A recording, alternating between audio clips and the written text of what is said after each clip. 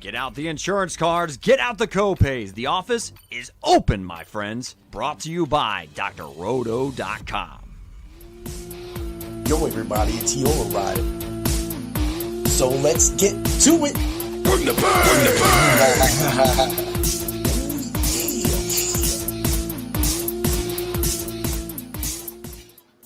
What's up, everybody? It's Heat Override, and I'm ready to bring the pain for you and Dr. Roto this week. I got Dan in the side cart. We're both driving down the lane, speeding out of the Fight Club of Pain, and we're ready to bring the pain. Ooh, yeah. What's up, Dan? How you doing? What's going on, buddy? How are you? Woo! I'm a little jacked up this week. Of course, next week we're going to give up a little bit. I'm going to be fighting Saturday, so if you're part of the Dr. Roto network or you join Dr. Roto using code word DOC, then next week you won't get as many bets on Saturday. But if you're in Erie, Pennsylvania, you can come watch me fight. Yeah, dude. It means I get to see you next week. I get to see you. You do. I get to drop off the little one. I know. This is going to be a great time, man. They're just all jacked up. Got pig roast this week. You got any plans this weekend? Not that I know of, man. I've been so busy with work that we haven't made plans. Yeah. It's hard to do that with the work and getting everything going right now. It just sometimes it's like we are appreciative of our jobs, but sometimes they get in the way of life. Like sometimes we have a lot of fights to watch because we got a bunch of soup cans on this card, regardless of what people think. I mean, we got soup cans. So, it's a Campbell's factory. It's the Campbell's factory. And we're not talking chicken noodle versus chicken stars, people. This is like tomato soup versus like cream of chicken. Versus cream of chicken. I'm trying to make nothing out of it. Just gravy. It's just gravy. But it is an exciting card. A little one-sided for a lot of ways. So this is like one of those cards that can either just go where you hit everything or you don't. I mean, last week was great. 8-4 for me, 6-3 for the Fight Club. You were 5-4, coming off, a 3-3 and then a 5-0 week. Dude, we've been hitting it. Our money line bets have been hitting it, man. It's just been a fun ride, dude. But I've had fun. And I think that the best thing about this is that finally we're getting a lot more fighters that are maybe above the soup can level, and we don't have to do so much research on them anymore because we already seen them fight, and that's going to be one of the fights that we're going to talk about. We're going to cover 4 fights this week. We'll try to keep it a little shorter than last week, of course, last week being a huge event, 3:15. But I think I sense a rant coming on. Somebody wants to bring the pain. Dan, you got the news. I know you know. All the big news hit this week.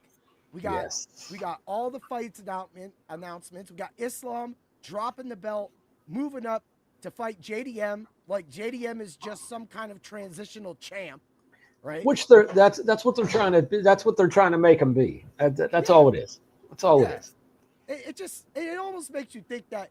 And I've a few of the shows that I watched this week, and again, I said it up on my podcast and you said it last week that if Muhammad tried to box with JDM, that he was going to lose. That happened. But Muhammad's boxing did look good. What did you think about that? His stand-up looked good. His boxing looked sloppy. I mean, that's just all there is to it. His stand-up looked good. He hit him with the leg kicks and the body kicks, and he followed up. But when it was just hand-to-hand, he got pieced up and he lost. And I warned everybody about it last week. You did. And, regardless of that, I thought that he would be able to take him down. And guess what? JDM got taken down and got right back up. So that right there just shows you sometimes, like we always talk about it, what's better, the boxer or the wrestler? If the boxer can hit the wrestler up and the wrestler can't really defend it or get the takedowns, boom, wrestler loses. But then we see a fighter on this card that we're going to talk about fought an actual wrestler, got outboxed by an actual wrestler, lost in everybody's eyes, but still got the win last time. So I think a lot of people know who we're getting at.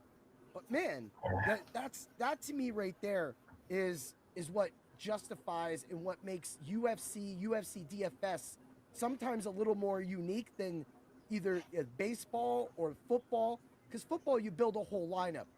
This you literally only we got 12 fights this week, so you only have that's if all the fights go. You never know, somebody could drop out. But when you look at all the fights, you only have so many fighters. So the DFS contests are really tight. So even playing a 50-50, you got to be on your nuts. So it's like, let's say and you learned that last week, the last 2 weeks, with our Fight Club Invitational, just trying to get you acclimated with DFS. Here you go. You put up 540. It was 540 some points 2 weeks ago. And then I get the 540 last week. It's what we're doing. And with the rant, I'll save that for another time, man.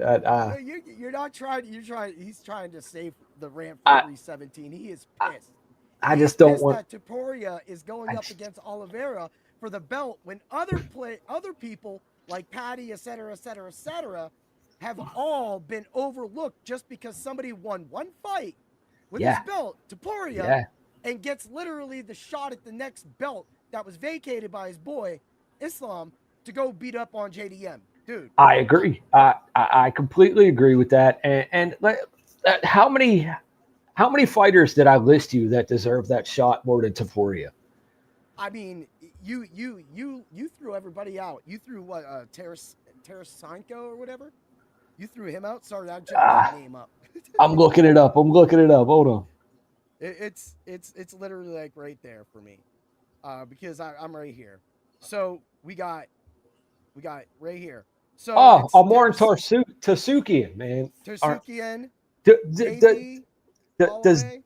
Does Dana White forget that Tasukian beat the brakes off of Charles Oliveira? Beat the brakes off. Yeah, he beat the brakes off of Charles Oliveira, but Charles Oliveira is fighting for the title. Yeah. And I mean, no disrespect. I mean, we both love Oliveira, right? But at the same time, if Sarukin can get that title shot, why did he didn't even get brought up? That was the funny thing. And then again, going back with Holloway, Poirier, Hooker. I mean, I know Hooker's still hurt coming out, but Patty. I mean, these are all your top peoples. I mean, I'm not even saying like that any of them deserve to take Charles' spot, but some of them deserve to take Charles' spot.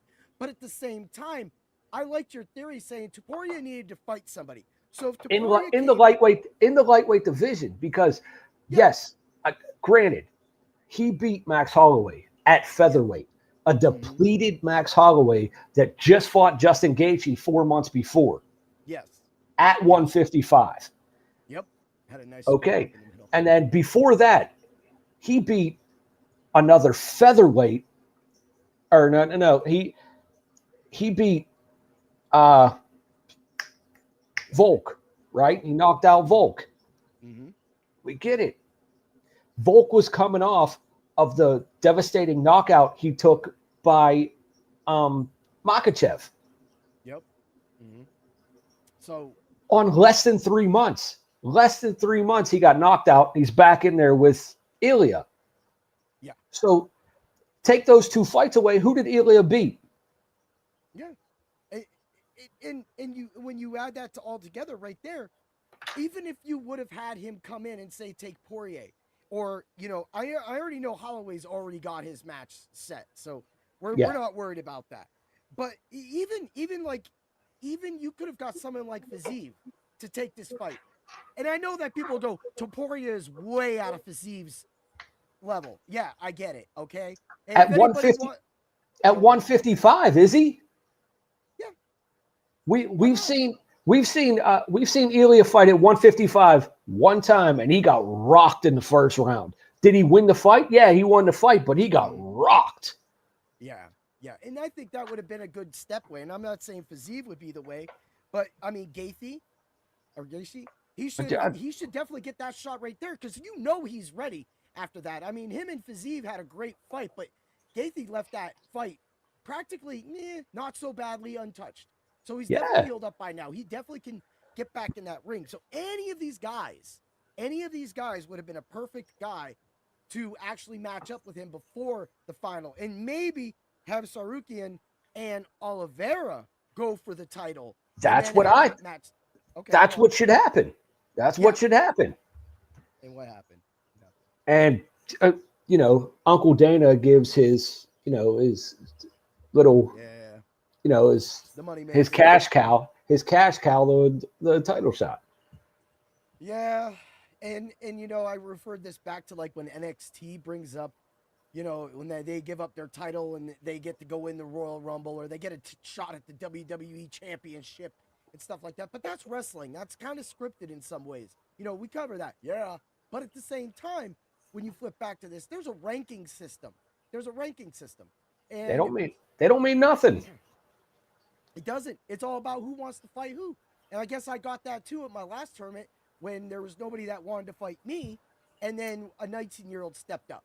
So, well, I guess it's like, go on. I mean, in the UFC, it's about who Dana wants Dana to fight. It's not about anything else. Yeah. And you did see that he did say that Jones and Aspinall will happen. He said that. So I'm like, okay, can we just get that? Because I know that Joe. I think this is all a stall technique, because Jones already told us he wants 6 months. Yeah, so yeah. We're looking at like October, November, right? Yeah. I mean, that's the fight that needs to happen. Aspinall is the longest reigning interim champion ever. Yeah. What do you do, man? I mean, hey, we're fans. We just want some of these fights. We want them to make sense. It doesn't have to make sense, but if we're going to get this fight, we're going to get that. And I think that it overlooks Pantoja and Kai Kara-France too, because I felt that should have been a main event, but now we have a vacated title as a main event. But I would have liked to see that as a main event, So hopefully, what's that? Go ahead. I was going to say, my thing is, on that whole card, why not have a tournament? Yeah. Have a lightweight tournament. Yeah. Dude, make the top 6 lightweights fight each other. 1 and 6, 2 and 5. Yeah, and just keep going down. Yeah, and the thing is you could have did this. You could have made this fight. You could have put Topuria on here with one of those other guys. Put Pantoja Kai at the main event, because you have a massive fight in the flyweight bout when you have Ravel versus Kopp. I mean, I love Manuel Kopp, and we know that that we've already won money off of him. I mean, this is a 1 versus 6 match in the prelims. That should be on the main card. Dana White does not like the lighter weight classes, man. Yeah. We'll all get there and we'll get it. But, there's some reals. I mean, we have Moicano coming back against Darush. And, I mean, that's the same. Like you said there should have been like a tournament. We'll have to, like, some of these guys are already fighting. So, why don't we just wait till next time? But why even have a ranking system if you're just going to handpick the number 1 contender? Here, you fight. Yep, here you go. Oh man, dude! Wow. So that's it. So everybody that's new or is returning, again, if you guys want to talk, throw in comments. That's greatly appreciated. We try to make sure, like, if we could get to them. We have the thing. We're going to be covering 4 fights of the main card. We're going to just focus on that. Of course, like usual, we will give out bets along the way, parlays along the way, bold picks at the end, and a DFS lineup. We might talk a little bit NFL schedule. Who knows? Dan's got the Steelers. I got the Rams. So, we might pull that up and then just do a quick run through, see what I got. We already know that, like, dude, the Bills, I mean, we'll get to UFC, but, man, the Bills, 5th weakest schedule. Literally, one of the best teams last year, got the 5th weakest schedule, man. Oh, dude, it's like a gateway. But everybody's here for bets in UFC, man. We'll talk a little football right before we give you those DFS bets at the end of the match. All right, so let's get it. We have Rodolfo Bellato versus Paul Craig. Oh, jeez.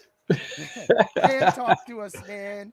All right. So Paul Craig's coming in with his 20th UFC fight. And out of those 20 fights, he is 9-9-1, which means he is the most average fighter I've ever seen, just like this card. Just So, like this card. so his last fight, he was against Bo Nickel, and I fell asleep because it was a snooze fest. Because both those guys are bums, in my opinion. We learned that. RDR, thank you. Dude, he refuses to strike. All he wants to do is grapple.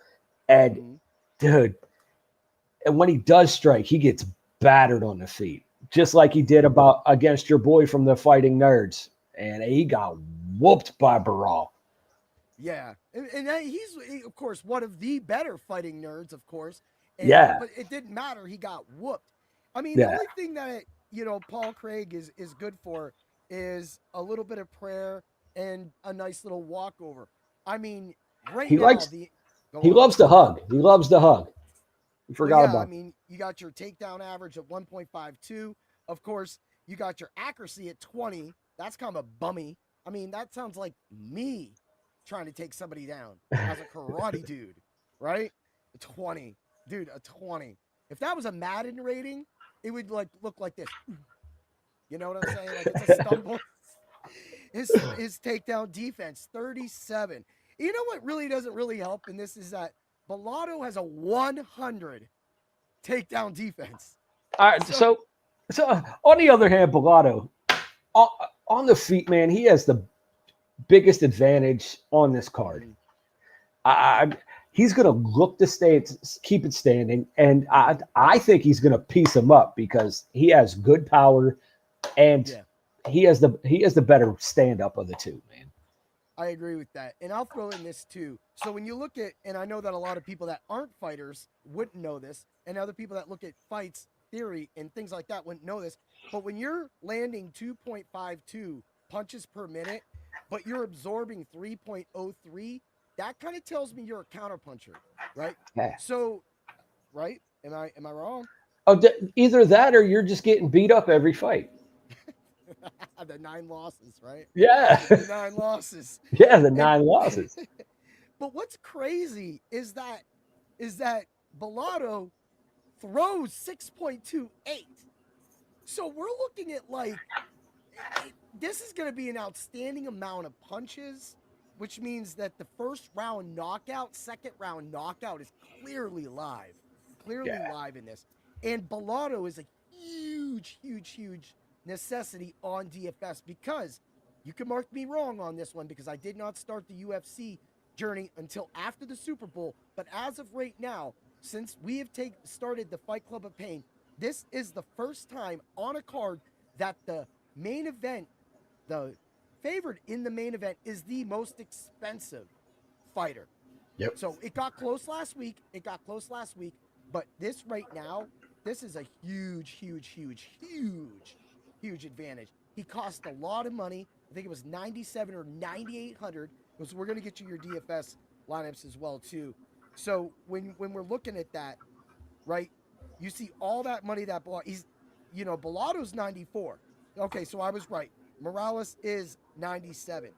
So when you're looking at that overall, that it's going to be hard because as of right now on DK, you're going to have at least two. You have to have at least 2 or 3 underdogs because they have so many people over 9,000 right now that you're not going to get one of the favorites. And that's where DFS makes you choose the underdogs, which is why we talk about the underdogs as well too and what they play.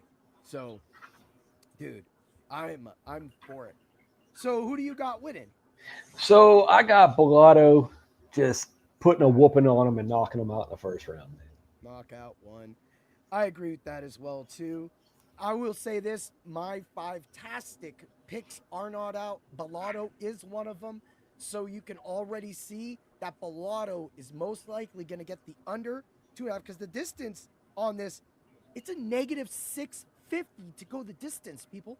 And I know that a lot of you know that. So there's going to be hardly any money because when you do Bellato and no distance together, you're only getting, well, because of my other bets in there. So you're only going to get a negative 305. So for me right there, that's just okay. Is it easy money? Yes, but there's other money to be played. So when we go to Dan's first round knockout, of course, Bellotto first round is a 185.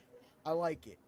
If we go down to his combos, of course, the knockout 1 and 2, it goes to a negative 115. The second and third is a 250. So if you want to make money on this fight, you're going to have to hope for it to go to the second round. Or if you go up, if you go knockout or points, it's a negative 280. So you could honestly just do knockout or points with Bellotto, which right now would be a little better than you rolling that negative 305 for Bellotto in the under. Because if for some reason it does go the distance and Bellotto wins, you're going to lose that parlay. But if you go points Bellotto, knockout Bellotto, then you're going to get your negative 280 that I just said there, right? That was negative, negative 280. And that I think is the best way to make money other than throwing in that first round knockout with the plus 115, following it up with the 1 and 2 with the 1 negative. But if you're going to play the 1 and 2, then play the 2 and 3 because it's worth the throw in for the plus 250 as well too, and just hope for that second round fight, right? Man. I agree. Woo! Man, it's good. Let's move along, right? And again, people, you got questions, spit them. I have everything right in front of me. You want to know the inch reach, we can do all that, but I'm just trying to save you all time and give you the bets. The same way Dan's just like, yo, that guy's crazy, he talks a lot.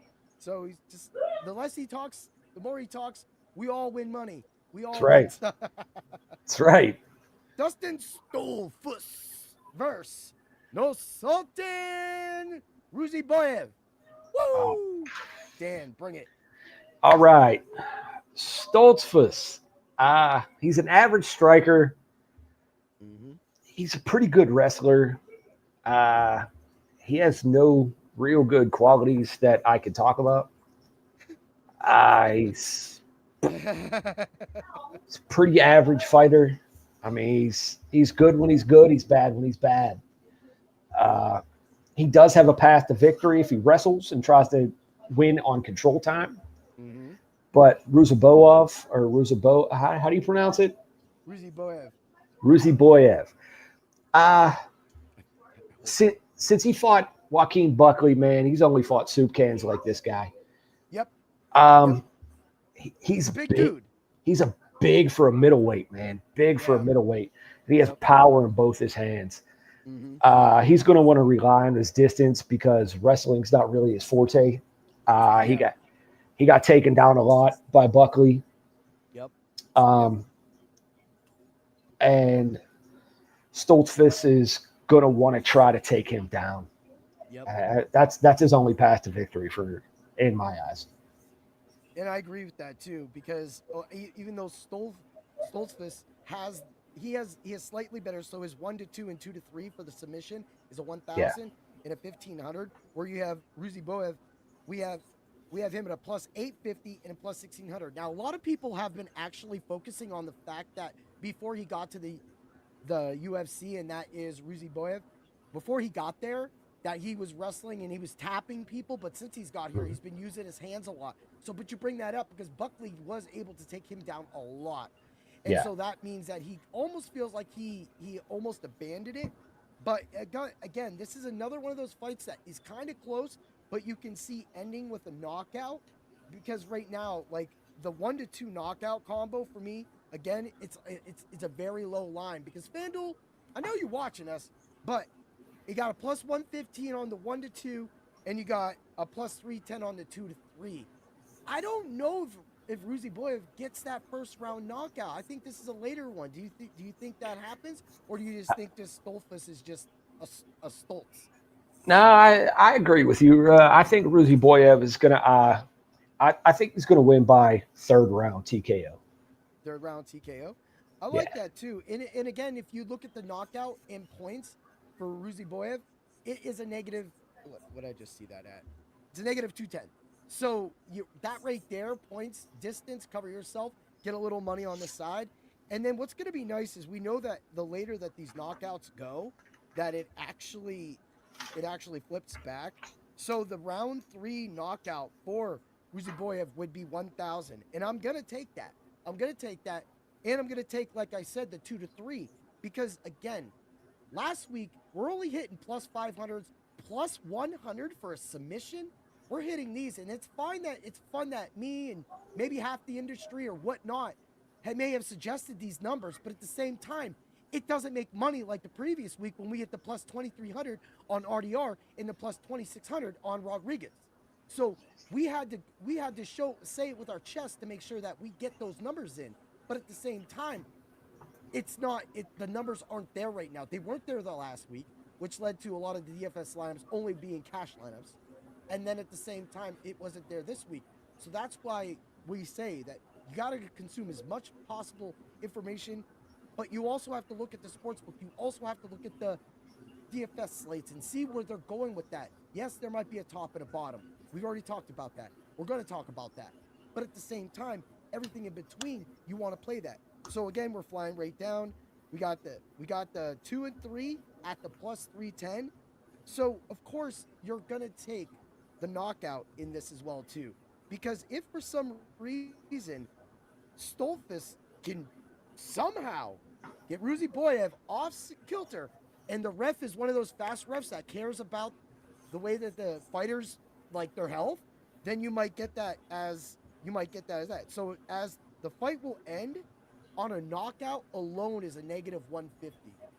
So you're low money, you're right there, you play that, you cover yourself, and that's the best way to take money in this fight, because again, we're playing up against some really small numbers. So we can say take the first round knockout, or we can take the knockout for negative 150. But say it with your chest, people. Try that third round. Try the second to third round so you can win the plus 310, the plus 1,000, and at least win a lot more money so that you could save up for football. Because when football happens, I'm going to slay this shit. You people don't even know about my football record. That's it. Yeah, wait till you see that shit. All right. Enough talking shit about my football skills in DFS because I slay slates. But who do you got winning? Oh, I got hold on. I already said it, but I got Ruziboyev by third round TKO. Third round. You did say it. I'm sitting here playing all these numbers while we're talking, and I'm like, what do you got? But I'm making it official. Because in that way I can get these bets in, and you got that. And again, people, hit me up on drroto.com, hit Dan up on the X, hit me up on the X, and ask us questions during these fights or whenever, because we will help you. We will say, hey, I don't know, you shouldn't play that, because I got a crazy prop that I'm just like, you know what? I'm just gonna play it. I'm gonna play it because we're crazy here and we need some money, and we don't need no plus 115s. So we got that in. I'm also taking Ruziboyev as well. I'm taking, of course, knockout as well. So that right there just shows you DFS. You're going to have to get him in. And the reason why I say that is because right now he is 9,000. So if you're not going to go the high end, then you got it. But I have a lineup for y'all. That has two $9,000 players. We might have just talked about them. All right. Let's get to Sodiq Yusuff versus Myron Santos. Dude, talk about this fight. All right, so I really like Sodiq Yusuff, man. I mean, he's tough as nails. He loves to throw the hands. He loves to stand in the middle and just stand up. Mm-hmm. He has power and speed, but he's also been out for over a year, man. Ring rust is real. And it is. Go on. And Santos, he has a great Muay Thai boxing style. Mm-hmm. And he's gonna want to throw those leg kicks, and he's gonna want to stay at distance with Sodiq Yusuff. He's coming off a really iffy win against Marshall. Yeah, it was really iffy. Yeah. He's younger. I robbed a kid on that one. Yeah, he's younger, and he's been more active than Yusuff, though. So this one's up in the air for me. It was up in the air for me too, man. A lot, like I said, the industry and the numbers and the books are all going towards Yusuf. But Yusuf is really, he's a lot cheaper on the DFS slate, being $7,900. So it almost makes it like, we know that this fight's most likely going to go the distance. So if it's going to go to the distance, then give me that 7,900 on DK, right? And then when you give me that, at least give me 45, 50 points, bro. At least give me. And we should be able to get that because with Yusuf, over his last, of course he got knocked out against Lopez, but who does? I mean, there's a lot of people that have been locked out by Daniel Lopez, but like he's got 178 strikes in a 5-round fight against Barboza, and then of course we're not going to take so much of the sub win against Shayas, whatever that is. If I said that right, but we'll look at it. His average strikes per match is around the 55 mark. So if you get a significant strike level and it's plus 40, plus 50 for Yusuf, I could definitely see you're going to be solid with the plus 40, especially with it going the distance. And you will also, if you want to be a little bold, you can go the plus 550. So, or not 550, plus 50, and then you should be able to make some extra money on your significant strikes there. So, with that being said, I have a lot of Yusuf in DFS, but like we've talked about before in the past, and I know people are going like, whoa, pass. Yes, welcome to the Fight Club of Pain. You need to cover yourself with bets, and you cover that by going on the Santos side. Now, if you want to know one of my bold calls is that Santos will get the knockout. So right now, if you do knockout in points with Santos, it's a negative 135. That's your favorite, right? If you do distance in Santos plus 145, right there, you're covered distance. If you go Yusuf, it's a plus 186. So there's your little bit of money right there. You can cover both ways. But Santos, second, third round, because Santos is more of a counterpuncher in the way that he fights, even though he is more the Muay Thai. If we go to the strikes, where I was just boom. So we got, of course, Yusuf at 5.66. We got Santos at 4.14. Of course, but Santos's defense is so good at that 70, which leads to his 2.37. And that's going to put it down to where around 2.5 to 3 significant strikes by Yusuf per minute. So right there, you're looking at about 15 significant strikes average for the Yusuf side. But what breaks me up is what that too is when you go the Yusuf 1-2, 2-3 combo for the knockout, it's a 1,1400. So therefore, if you look at how the fight will end, it's a plus 2,300. So play the plus 2,300, play the money line distance for both fighters, and take a shot. Take a shot with that second to third round knockout with Santos, and maybe you can get some extra money in that. Because I think that's the best path for victory. Again, double chance is not going to be too well. Honestly, even Yusuf, his knockout and points is a plus 135. So why play that? Why play that? I mean, if you think he's going to win, play it, or just play the money line. Because right now, Yusuf, he's a plus 114. So that way you don't have to worry about the finish. You don't have to worry about that. Again, this is like you said, it's a pick 'em up. I don't even have this fight underlined. I haven't even picked a fight, Dan. What you got, man? What you got to tell me about it? Dude, it's kind of a clash of styles. I'm not sure if Yusuf has what it takes to get it done by finish, but I think he does squeak it out by decision. I got Yusuf by decision. Yusuf by decision. And this will be teaching Santos something. And I do want to say that, man, when you have a crappy fight like that and you literally go, a couple months with everybody shoving it down your face, that you, a striker, a Muay Thai striker, literally got outboxed by a wrestler, by Francis Marshall. And Francis Marshall won that fight. He won that fight. He won that fight. He won it on the feet. He won it on the ground. I don't care what anybody says. Yeah, we maybe were both mad about that. We were both mad about that fight. yeah, yeah. Oh, dude, that was like the first real screw job I saw. I was like, "Are you shitting me?" Again, I won from it, but at the same time, you see stuff like that go down, and that's why sometimes we'd rather have the finish than play around with the decisions that aren't going to make us any money anyway. So Yeah. that's what we got. Haha. All right, man. I'm gonna kill myself on this one. No, I'm not. I'm taking Myron Santos. I am playing. I am covering myself with Yusuf all across DFS because of his price and because I can't really work in Santos as much. But I'm taking Santos. I'm taking that. You literally got shut down. We know how you feel, bro. You got to come out because if you lose, then now we're just seeing you eke a decision you should have lost most likely, and now you're one. Or if you get knocked out, now you're looking at this. We're looking at a slide. So let's stop that slide now, Santos. Let's get that hit. I'm gonna pick him. If you lose this fight, then I got nothing but love for you. I got nothing but love for you. All right, let's move along. We got the main event. We got Gilbert Burns, the number 8 fighter in his division. We have Michael Morales, the number 12 in this division, on a tear. Talk about it, Dan. All right. So starting with Gilbert Burns, man, he's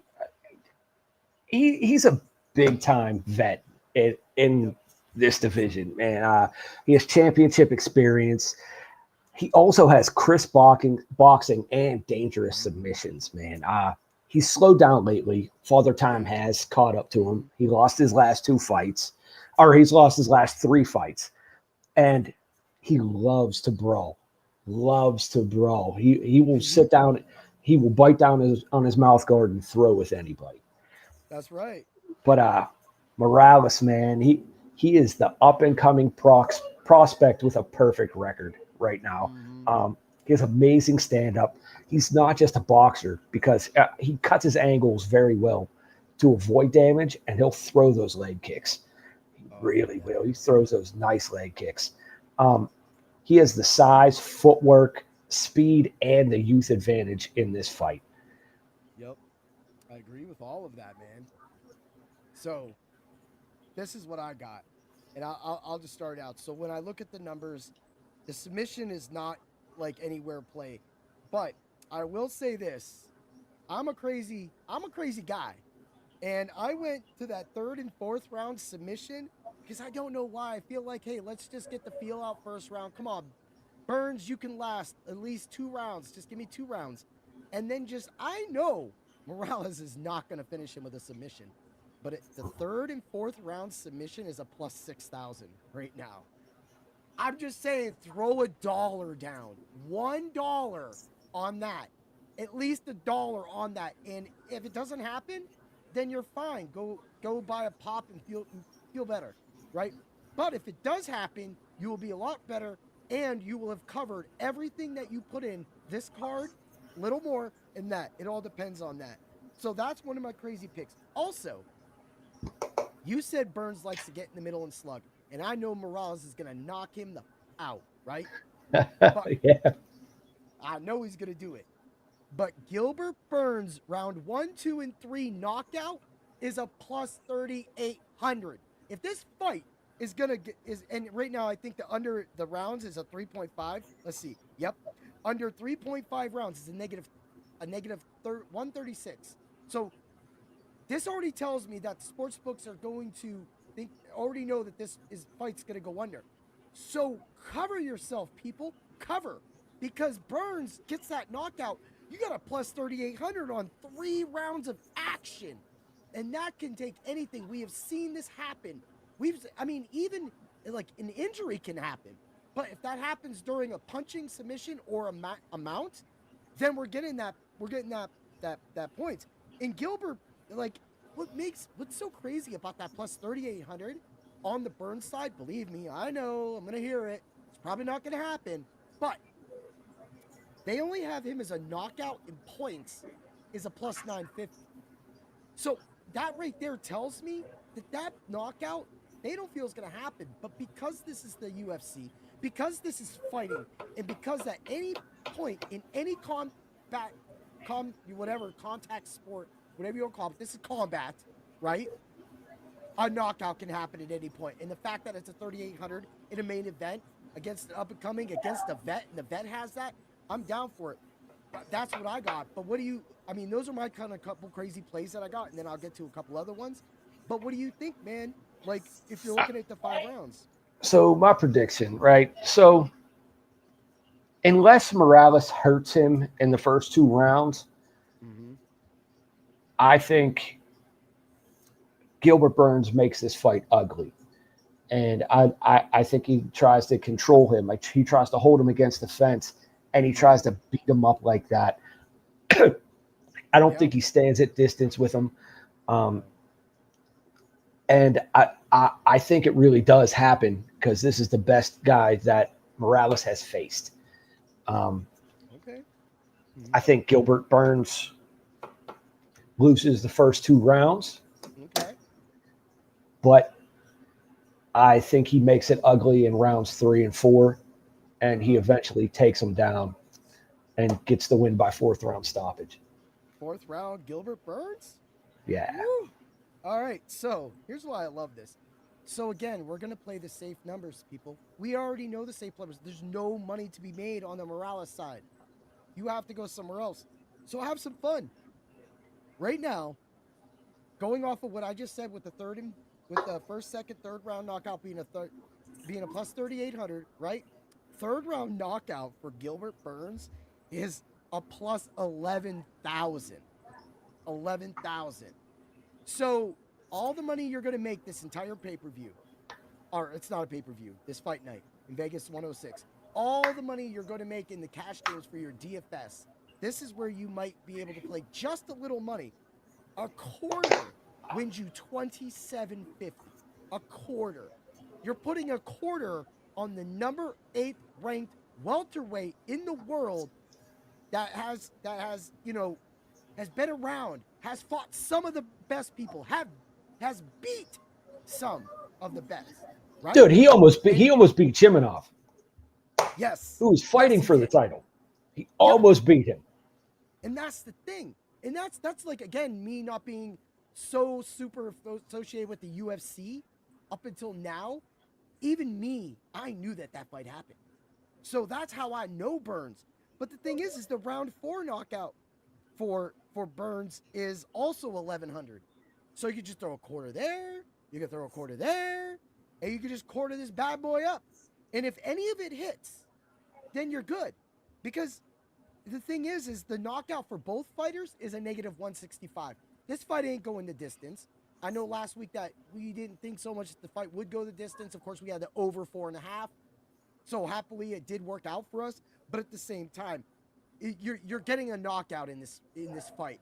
So if you're scared and you don't want to make too much money, get the negative 165, throw 4 units on that, and then that way that you'll be able to cover that. Because off of what Dan said, he said the 3rd and 4th rounds for the knockout is a plus 6,500 for Burns. So right there on the Burns side, you don't even have to put $2 up. If any of this hits, you're easily walking away with $50. And it's under $2, people. So I know that you're going to say, I'm going to donate $2. We donate that money anyway. So why not get it? Again, you're going to win your money back. I swear you're going to win your money back. Because that's why you join Dr. Roto and you get into the Subs Only Discord. You get the MLB bets. You get the NBA bets. We have both Steves killing it in the NBA right now.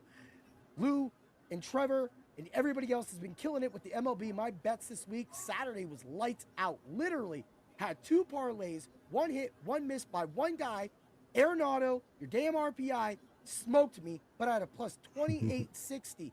I had money on that, and I should have took the cash out. That was Saturday. That won more money than I needed to for that Saturday. So I just had fun and spent it. And then Sunday was whatever it was. I didn't really get to play out too much. But again, that's why we're telling you people that you got to cover yourselves You want to have a little bit of fun? Let's have a little bit of fun, but then cover yourself with the DFS side, and that's what we'll get to, man. That's it. So you got Morales, you got Burns winning then, huh? Yeah, I got Gilbert Burns winning. And you're saying fourth round. Fourth round. Plus 11,000. And I'm going to tell you, I've listened to a lot of shows, people. Not one person has suggested that. The reason it's been written down and that Dan went even crazier is to show that we care about you making money. We're taking your quarters and trying to make you $30, $40. And at the same time, we're not having you blow your bank when you're making the other money. Yeah. You just got to love it, man. It's so much fun doing this stuff. So we could talk a little bit of NFL real quick, and then we're going to get to the DFS lineups. All we're going to do is we are going to look at the Rams and the Steelers schedule. So the Steelers 2025 schedule right now, we'll skip the preseason, right? Yeah. So no preseason. You guys got Jets in New York week 1. Seattle comes to Pittsburgh week 2, September 14th. Steelers, Patriots, Vikings, Steelers, Browns, Steelers. That's a win. Browns are predicted to be the worst team. You guys are going to get smoked, Browns, right? Steelers at Bengals, Packers at Steelers, Colts at Steelers, Chargers, or Steelers at Chargers, Bengals, Steelers, Steelers, Bears, Bills, Steelers. Dude, that's a tri-state.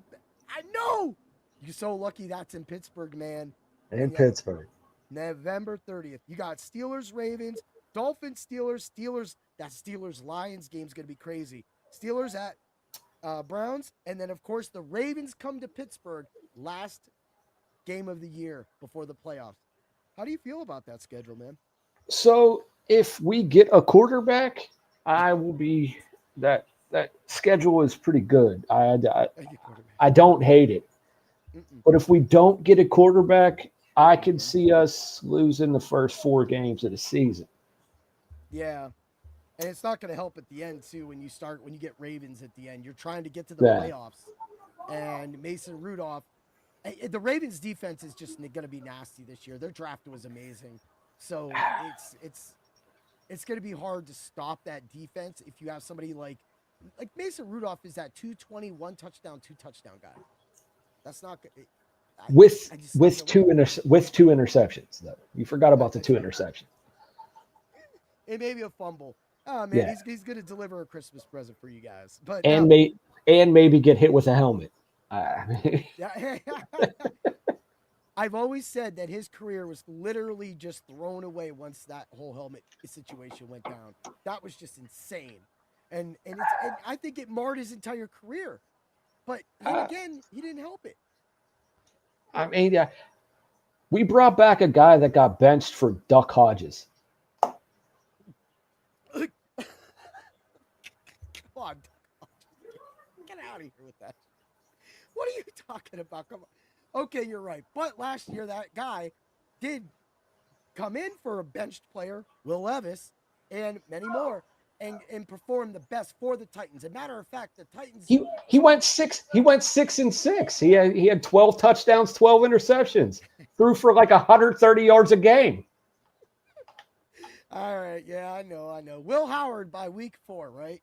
Will Howard by week 4. I hope it's anyone but Mason Rudolph. Anyone. You guys. Where's Duck at? Resign it. Resign him.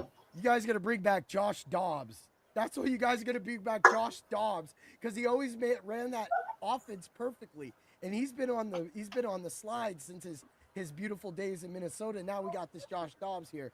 We don't need any of that right now, do we? I'll take him. I'll take him. I don't understand why you guys aren't trading for I know why. The Rams need a backup, but they know they need a backup, so that's why Garoppolo is still signed.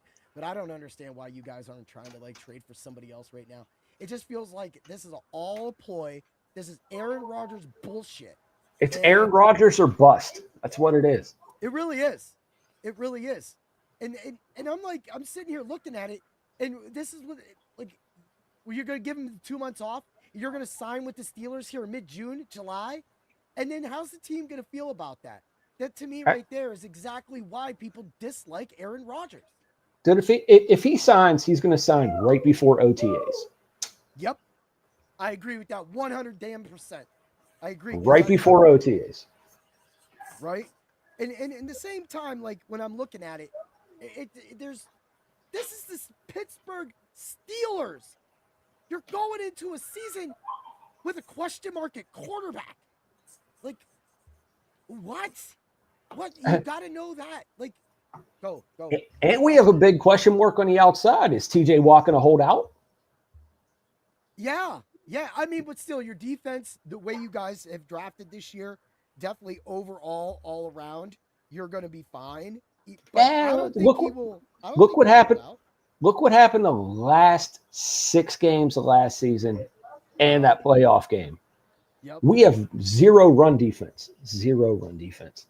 Yeah, I agree with that. And the fact is, you guys, even leading up to the playoffs, TJ Watt could not get any pressure at all. Nobody else was helping TJ get free.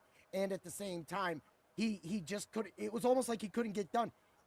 Okay, so Aaron Donald got to that point to where he was around 7th to the 8th year when we won our Super Bowl and stuff like that. You know, he was dominant. But then his last 2 years in the league, the double and triple teams were too much for him. Yep. And he knew that. And that's why he walked away at 10. I mean, he had a plan. He almost walked away the previous season as well, too. Or even after the Super Bowl, he almost walked away. But with him going into that season, that was his plan. And sometimes great players need help. And this is what the Bengals are dropping the ball with right now. Literally have the sack leader, Hendrickson, from last year. Hendrickson, I always call him Hendrickson Motors because he just sounds like he sounds like a race car. I mean, it is. We know people. But to me, he sounds like a race car guy. And so Hendrickson Motors, he runs with a motor, gets the sack.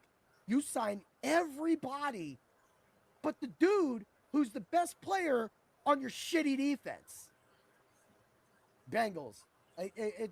That's why you guys are going to sign Watt, or that's why you're going to make sure that you're going to take care of Watt. Watt will be there. You guys definitely had a great draft defensively. You guys got to bring it together, but you guys really need to figure out that quarterback. And if this is a Ben Roethlisberger moment where he steps in for, what was his name? Tommy Maddox. Yep. Steps in for Tommy Maddox, the XFL LA champion, Tommy Maddox. Ooh, yeah. How many of y'all remember that, right? Steps in for Tommy, and then the rest is history. Regardless if you hate Ben. And goes 15-1 his rookie year. Damn right. And nobody cared about him. Right? But in that draft, he was like my target. I was like, this guy's got the chip on his shoulder. He's the big guy. He could definitely get it. He translated to the NFL perfectly, and he became a great quarterback regardless of what anybody's feelings are out there about Big Ben. I don't care about his past, right? I've seen Kobe Bryant do some wild ass shit too, right? Yep. But at the same time, they're still champions. At the same time, you can't deny their skill. At the same time, you can't deny the greatness. Yeah, greatness. So let's flip it to the Rams, right? Yeah. Texans versus Rams. Rams versus Titans. Rams versus Eagles. Ooh, week 3 matchup right there. Colts and Rams. 49er Rams. Rams and Ravens in Baltimore. You guys will need us to beat them because you guys are going to need help if you don't get no quarterback. Yeah. Rams at Jags, Saints at Rams. There's 2 wins in a row right there easily. The Rams actually have an easy schedule too, so that's really nice. Then we have Rams at 49ers, Seahawks at Rams, Bucks, Rams, Panthers. Another win. That's an easy one. Count it. Lions, Rams. I love seeing the Lions and Rams because this year the Rams are going to be just straight nasty. Either our draft sucked. They literally should have got Jahad Campbell. Pissed me off. Just traded out. Did nothing. You just literally going into this draft. I mean, it was solid. I'm not going to doubt Les Snead or Sean McVay. But Jahad Campbell, people, We had him. I went the whole night screaming, John Campbell. You know this, Dan. Did. And You they were did. just like, trade. I felt like my gut was punched 100 times by some lower ranked dude. Like, Rams, Seattle, Rams, Falcons, Cardinals, Rams. A lot of birds for the Rams at the end of their schedule. Yeah. But Yeah. go on. I like the Rams, man. I think they're the best team in their division, man. That's not because I'm a Rams fan, but go on. That division is so up in the air. Only God knows how those teams are going to play. Those other three teams are going to play. Yeah, they're so. Is he going to be healthy? Yeah, they're so up in the air all the time, and I agree. The Rams are just constant. Yeah, and in Seattle, we still have some question marks there too. You know, quarterbacks, running backs. Although I will say, Kenneth Walker is going to be a monster this year. The running game that they're going to have, Seattle's going to have it. But the problem is he just doesn't stay healthy. So literally, if you're drafting Kenneth Walker in any kind of draft this year, you better get Zach Charbonnet. I'm telling you right now, that's what I did last year. Of course, I had Zach Charbonnet, and that when those people didn't properly handcuff Walker with Charbonnet, I was able to go grab him late in a lot of drafts and have a starting running back. Because it's nice to look at your day after the draft. You look at your roster. Everybody goes, "Oh, my roster's the best. It's the best thing in the world." Bullshit. The season, any fantasy season other than maybe Dynasty, is always won through the waiver wire. Which injuries happen? We saw that last year with the 49ers and the running back carousel. Everybody was going to grab him. Mason. Now Mason isn't there. Answer it. Garando. Answer it. So, he's good. Sorry. You're good. You're good. I was going on. So when you get all that together, and then you throw in Arizona. Now, Arizona is strong. Arizona looks good. Their offense is definitely going to fly. And that's not no pun to their little team name, the Cardinals. But the defense made the right moves this year, too, to try to help out, to get better. I think, honestly, San Francisco should be the threat. I think the Cardinals are probably the true threat to the Rams of that division. And I think the Rams, right now, a lot of people have the Rams as the 7th-ranked NFC team. I've seen a few 5 ranks as well, too. The Rams make the playoffs. And I think that if we can win a couple of those hard games and beat the teams that we need to beat, like the Jags, right, then we're going to be fine. Because I'm going to tell you right now, Puka Nacua going to eat Travis Hunter. Travis Hunter cannot hold Puka. He's way too physical. And that's going to lead to, oh, man, when you guys get to the football, light players up, man. I don't see any corner really covering Puka Nacua this year. No. If he plays if he injury free, Puka easily gets over 100 receptions this season. You can mark that shit. Go buy that bet, people. I'm telling you right now. You wait. I've nailed the rookie defensive player of the year 2 years straight.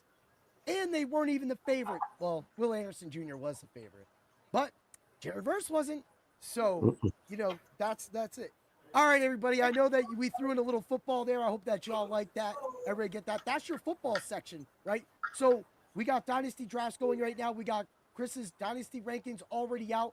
We have the Fantasy Clown in the Dynasty Travel channel at Dr. Roto, Discord, subs only Discord, and of course all of the articles and tools optimizers for DFS at Dr. Roto. Code word doc. We're the cheapest in the industry.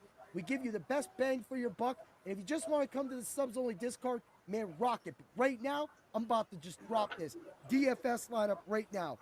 Bellotto, Yusuf, Hernandez. Yeah, I'm going Hernandez. I said we got to get crazy, people, right? Why? Because I got Lisboa, I got Moises, and I got Ruzi Boyev. That's mine. Dan, did you make it over there and get your DFS lineup in yet? I did, but my wife just took my phone. I don't have my phone on me right now. Oh, well then that's okay. Let's make a live lineup, everybody. That's what we seem to do any week anyway, so why not have fun? All right. You give me 3 fighters you think that are winning, regardless of the price. All right. I got Gilbert Burns. Oh, dude, that's the bottom. 6,500. Go on. I got Yusuf. Look at dude, you get 7,900. And I got Bellotto. There's 3. You have $8,700 per person left. So you're looking at where's your next player? You going Ruziboyev? You going Deval? You going Pennington? How about Gomes? Morales? You're not going Morales. I'll go Ruziboyev. Okay, we'll go Ruzi. Now you're down to 86. That's Camilo versus Green, which Gabe Green, lightweight, he's close. But we're looking at Camilo. I'm not pushing you. You do what you do, but it's on you. You got Santos. Then you have, of course, Myron Santos. And then, of course, you have Luana Santos, if you're feeling that. And then you got Moises. And that's it. You got what you doing? Myron Santos. Take Myron Going Santos. Santos? Yeah. All right. Even though you got Yusuf? Oh, yeah. I forgot they were fighting. The other Santos. The other Santos. Oh, okay. Sorry. You want Luana. No, Yeah. I'm throwing Santos at you. You got 8,800. So that would give you Costa or Camilio? Costa. So everybody get that. Burns, Yusuf, Bellato, Ruziboyev, Luana Santos, and Costa. You got $100 left over. That's it. You got 2 DFS. You got bets all over the place that will win you money. Get to the subs only Discord. I'm not fighting this week, so there will be bets in there. Dan, thank you for coming on. Always being great. Last week, I'm going to give Dan a shout out right now. Thank you for answering all those questions. I am not polished on the past 10 years of UFC, maybe the past 10 weeks of UFC. I'm learning this. I've said that 1,000 times. But like I said, I'm one of the best at football in this industry. I'll put my stats up against anybody. I swear to God. Oh, man, you're pretty good at what you do, brother. Pretty good at what you do. I try, but I got to say thank you, man. That's what makes shows credible, and that's why it's great to do this show with you because, you know, not only are you a great friend of mine and we talk all the time, we have beers together, we give each other beers, we're just weird like that. Hey, who doesn't give each other weird beers, right? But at the same time, the fact that we've been able to take this show in under 3 months, not only make it positive, not only make our units are up across the board. I literally could go back and check all of our units, and I can guarantee we're up over 25 or 30 units since we started. So you just keep at that. People that keep the money line and you get all the other stuff. That's what we do, and that's a big part of it. Again, this is a team, man, and I thank you 1,000 times over for being on. Oh, man. Thanks for the opportunity, brother. All right, everybody. Have a great day, and always remember to bring the pain. I'm going to take you out with a badass song from my dude, Peso Best Ever. He's from Erie. I don't know if this is going to work because last week I had a couple other things, but I will tell you this. We're going to give the sports books nightmares this week. Have a great day.